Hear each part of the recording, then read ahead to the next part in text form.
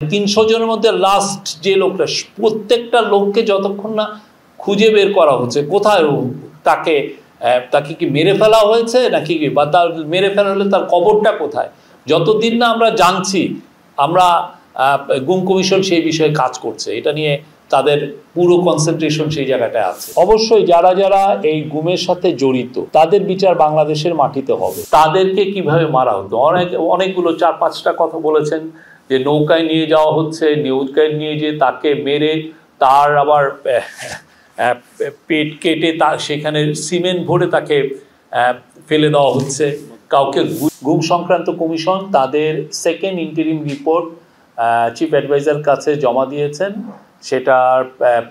এটার উপর আমরা অলরেডি একটা প্রেস রিলিজ দিয়েছি, বাট এটার উপরে অনেক ডিটেল আলাপ হয়েছে। সেই সংক্রান্ত কি প্রফেসর ইউনুস পুরো ওদের যে সেকেন্ড ইন্টারিম রিপোর্টের যেটা ফাইন্ডিং সেটার উপরে তারা আলোকপাত করেন। গুম সংক্রান্ত কমিশনের 4 জন মেম্বার ছিলেন, জাস্টিস মইনুল ইসলাম, নূর খান লিটন, সাজ্জাদ হোসেন এবং নাবিলা ইদ্রিস। তারা তাদের যেটা ফাইন্ডিংস সেটা ব্রিফলি তাকে বলেন, এবং এইটা শোনার পর প্রফেসর ইউনুস কিছু কথা বলেছেন। প্রথমে বলেছেন যে আশুকরণীয়, এই যে যারা গুমের শিকার হলেন তাদেরকে তাদের সংক্রান্ত বিষয় বা এই গুম সংক্রান্ত বিষয়ে আশুকরণীয় কি সেটা তাদের কাছ থেকে জানতে চেয়েছেন, যে এটা যেন খুব দ্রুত দেওয়া হয় এবং সেই অনুযায়ী বাংলাদেশের লিগাল মানে ল অ্যান্ড জাস্টিস মিনিস্ট্রি এবং অন্যান্য মিনিস্ট্রিগুলো সেই অনুযায়ী, হোম মিনিস্ট্রি এই সংক্রান্ত বিষয়ে তারা পদক্ষেপ নেবেন। তো আজকে মিটিংয়ে বলা হয় যে এর আগে আপনারা জানতেন যে 1770টার মতো কমপ্লেন ছিল। আজকের মিটিংয়ে বলা হয় যে এটা 1837টা বা 50-এর মতো হবে, এবং গতকাল পর্যন্ত তারা প্রায় নতুন কেস পাচ্ছেন। এটা নতুন কেস আসছে, এটা এমন না যে বন্ধ হয়ে গেছে। তার মধ্যে 1350টি কেস স্ক্রুটিনাইজ করা হয়েছে। স্ক্রুটিনাইজ মানে হচ্ছে যারা এই কমপ্লেনগুলো করেছেন তারা এসে কমিশনের কাছে তাদের পুরো ইন্টারভিউ দিয়েছেন, এবং ইন্টারভিউগুলো মূলত 2 থেকে 3 ঘন্টা, কোনো দিন মাল্টিপল ডে, 1 দিন 2 দিন 3 দিন তাদের কথা শোনা হচ্ছে। এবং গুম সংক্রান্ত কমিশন কোনো সময় দেখা যাচ্ছে তারা সপ্তাহে 7 দিনই কাজ করছেন, স্পট ভিজিটও তাদের করতে হচ্ছে। তাদের আজকের আমরা অনেকগুলো চ্যাপ্টারের মধ্যে কিছু আছে লিগাল কিছু ইস্যুর কারণে আমরা প্রত্যেকটা, এবং ভিকটিমের সিকিউরিটির কারণে এবং লিগাল রিজনে আমরা অনেকগুলো চ্যাপ্টার রিলিজ করতে পারবো না, বাট আমরা 7টা চ্যাপ্টার আপনাদের কাছে আমরা কালকের থেকে রিলিজ করব। প্রতিদিন 2টো করে রিলিজ হবে। আপনারা সকালবেলায় 2টো করে চ্যাপ্টার আমরা আমাদের সিএ প্রেস উইংয়ের হোয়াটসঅ্যাপ পেজের মাধ্যমে আমরা দিব। আপনারা আপনাদের মতো করে রিপোর্ট করতে পারবেন। এটা শুনে আজকের মূলত ছিল হলো টর্চার কিভাবে হয় এই ইন্টারিম রিপোর্টে, এবং কারা কারা পারপিট্রেটর ছিল। তো সিঙ্গেল বিগেস্ট যেটা ফাইন্ডিং ছিল যে র্যাবের যে ইন্টেলিজেন্স উইং, এটা ছিল মেন মানে এই যে গুম হয়েছে যারা, তার মেন কালপ্রিট বা দ্য কিলার ফোর্স ওনারা বলছেন এটা হচ্ছে র্যাবের ইন্টেলিজেন্স উইং। তারা এই কাজটা সবচেয়ে বেশি ইনভলভ ছিল। এই পুরো যে গুম সংক্রান্ত কমিশন যেটা তাদের ফাইন্ডিংসে বলেছে, তারা অনেকগুলো বলেছে যে কিভাবে যারা ভিকটিমদেরকে নেওয়া হতো তাদেরকে কিভাবে মারা হতো। অনেকগুলো 4-5টা কথা বলেছেন যে নৌকায় নিয়ে যাওয়া হচ্ছে, নৌকায় নিয়ে যে তাকে মেরে তার আবার পেট কেটে সেখানে সিমেন্ট ভরে তাকে ফেলে দেওয়া হচ্ছে। কাউকে নদীতে ফেলে দেওয়া হচ্ছে, গুলি করে মারা হচ্ছে, ইনজেকশন দিয়ে মারা হচ্ছে, ট্রেনে বস্তার মধ্যে ভরে ট্রেন লাইনে ফেলে দেওয়া হচ্ছে, ট্রেন লাইন কেটে ট্রেন চলে যাওয়ার সময় তার পুরো লাশটা ছিন্ন বিচ্ছিন্ন হয়ে যাচ্ছে। অনেক সময় গাড়ির সামনে, চলন্ত গাড়ির সামনে ফেলে দেওয়া হচ্ছে। অনেকগুলো এটা হচ্ছে ভিকটিমদের এবং যারা পারপিট্রেটর 2-1 জন তাদের টেস্টিমনির যেটা পেয়েছেন গুম সংক্রান্ত কমিশন, তার আলোকে এই রিপোর্টগুলো করা হয়েছে। আর এই যে টর্চার কিভাবে করা হতো সেগুলো আপনারা এই চ্যাপ্টারগুলো আপনারা দেখবেন, আমরা আপনাদের সাথে শেয়ার করব। প্রফেসর ইউনুস এগুলো শুনে বলেছেন যে মানে এদের এই বিষয়ে একটা আসলে হরর মিউজিয়াম হওয়া উচিত। বাংলাদেশে যে এটা ভয়াবহ যেই এনফোর্স ডিসঅ্যাপিয়ারেন্সের যে ঘটনাগুলো হয়েছে সেটা সবার জন্য মানে এটা একটা ভয়াবহ বিষয়। তো আপনারা জানেন যে গণভবনে একটা মিউজিয়াম করা হচ্ছে, সেখানে এই বিষয়গুলো থাকবে, একটা হরর মিউজিয়াম থাকবে। এই গণভবনে যে জুলাই গণ অভ্যুত্থানের যে মিউজিয়াম করা হচ্ছে সেখানে একটা অংশ থাকবে এই হরর, কিভাবে এই যে ভিকটিমদের উপর কিভাবে অত্যাচার হতো। আর একটা বড় ফাইন্ডিংস হচ্ছে কেন যারা যারা করছেন কেন তারা এই এনফোর্স ডিসঅ্যাপিয়ারেন্সে যুক্ত হলেন।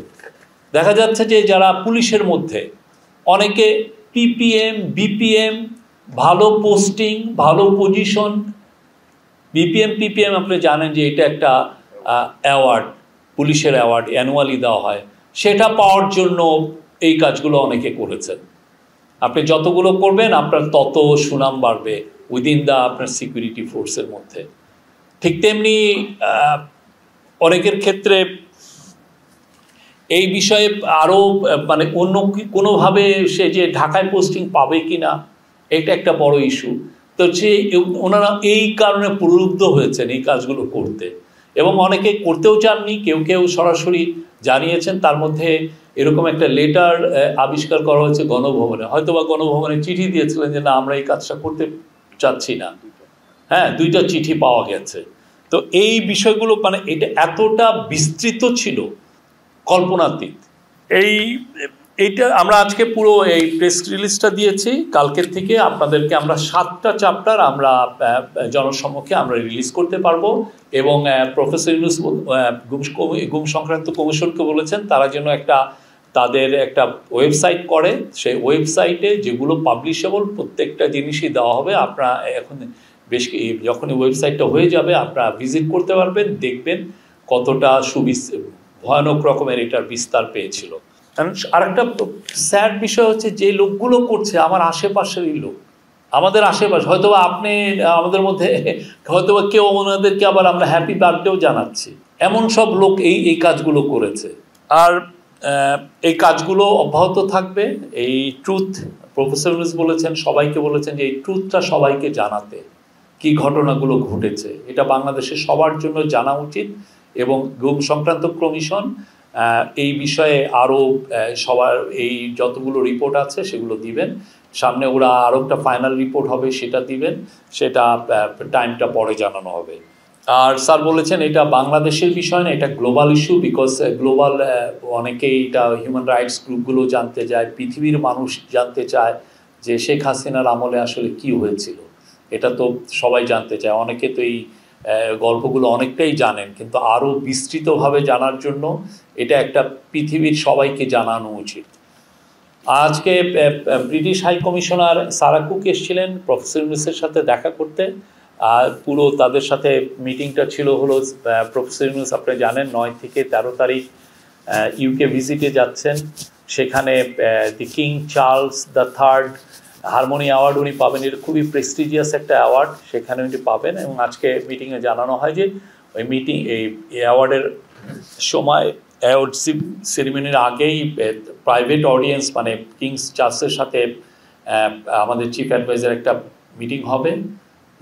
আর এছাড়া অন্যান্য যেগুলো সরকারি যেগুলো মিটিং, যেগুলো ইম্পর্টেন্ট সিনিয়র অফিসিয়ালদের সাথে সেই মিটিংগুলো হবে। এটা আমরা বিস্তৃত আরও সামনে এই বিষয়গুলো জানাতে পারবো।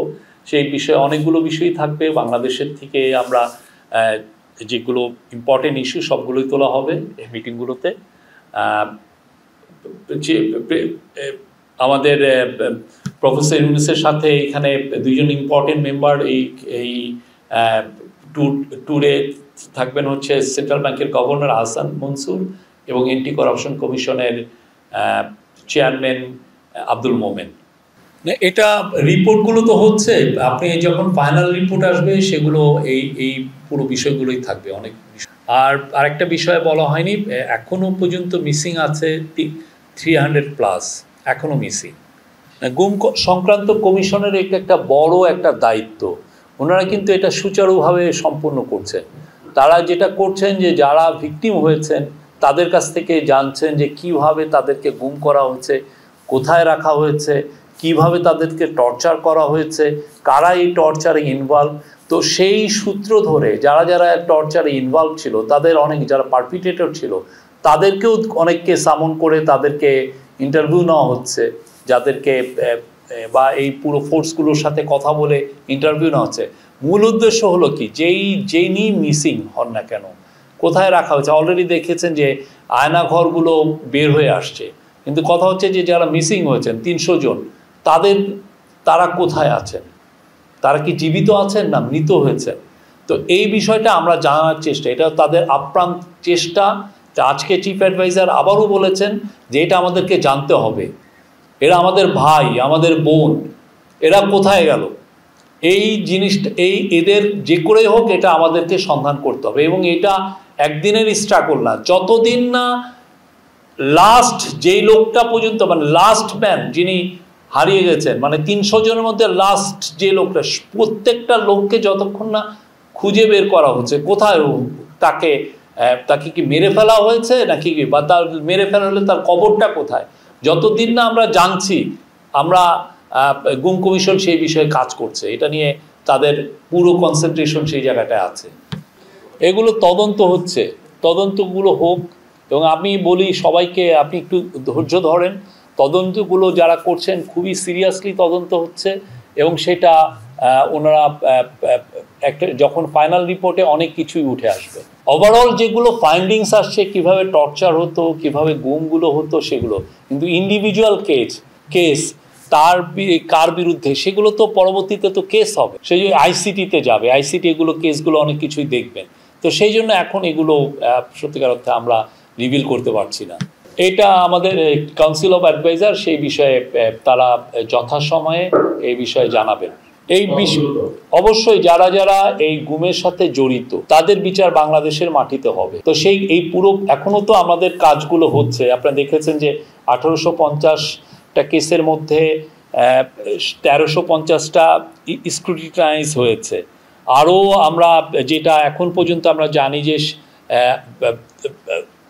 সাসপেক্ট করা হচ্ছে যে 3500-এর মতো গুম হয়েছে। তো এই পুরো কেসগুলো ওরা কোথায় গেল, তাদের সন্ধানটা, এই কাজগুলো খুব স্লো, কাজগুলো খুব ডিটেইলে করতে হয়। এই পুরো কাজগুলো হোক, যারা যারা জড়িত তাদের সবাইকে বিচারের সম্মুখীন হতে হবে। প্রধান উপদেষ্টা গুম কমিশনের কাছে, গুম সংক্রান্ত কমিশনের কাছে আশু করণীয় কি সেটা জানতে চেয়েছেন। এই আশু করণীয় মধ্যে এই দুটা তারা লকে অ্যামেন্ড করতে বলেছেন, তার মধ্যে এটা একটা ল। তো ওনারা এটা বলেছেন, ওনারা এই মানে অফিসিয়াল চ্যানেলে এটা যেই মিনিস্ট্রিগুলো হ্যান্ডলিং করে, যেটা হোম মিনিস্ট্রি বা ল অ্যান্ড জাস্টিস মিনিস্ট্রি, তাদেরকে এটা জানাবেন এবং সেই অনুযায়ী ব্যবস্থা নেওয়া হবে। এটা নিয়ে তারা ডিটেল জানাবেন। বাট অ্যাসেট রিকভারি আমাদের তো একটা প্রায়োরিটি, সেটা তাদের ডিসকাশনে থাকবে।